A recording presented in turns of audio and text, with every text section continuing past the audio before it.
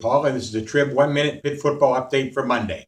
Monday was the first day of the new season for Pitt coach Pat Narduzzi. There was a news conference over in the South Side, and one of the main topics of conversation was his rivalry with the Youngstown State coach Bo Pelini, which will be renewed over at Heinz Field on Saturday in the opener for both teams.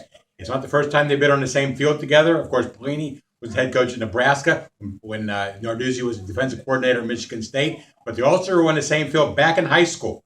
Narduzzi played at Ursula, and he was a defensive end.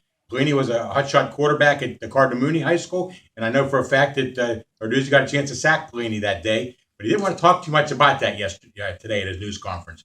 What he said was, probably meet at midfield, maybe shake hands, give a little hug, and leave it up to the players. One thing the players are going to have to do is forget about the game that happened 3 years ago when Pitt got upset by Youngstown State in Paul Christ's first game, as the head coach. Before that game, Paul Christ had to suspend 6 players.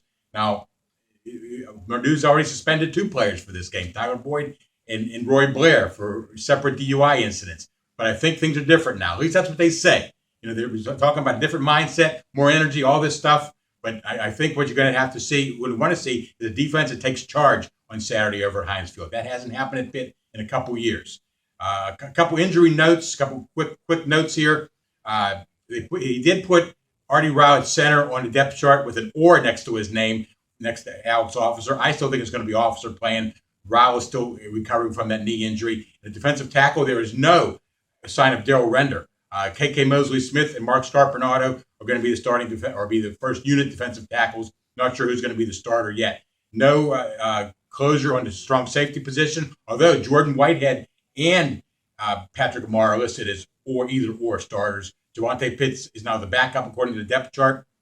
In the middle, and outside linebacker is Van Bradley or Mike Caprera. Now, that's another interesting situation that Narduzzi said will be figured out this week in practice. A couple scholarships also given out.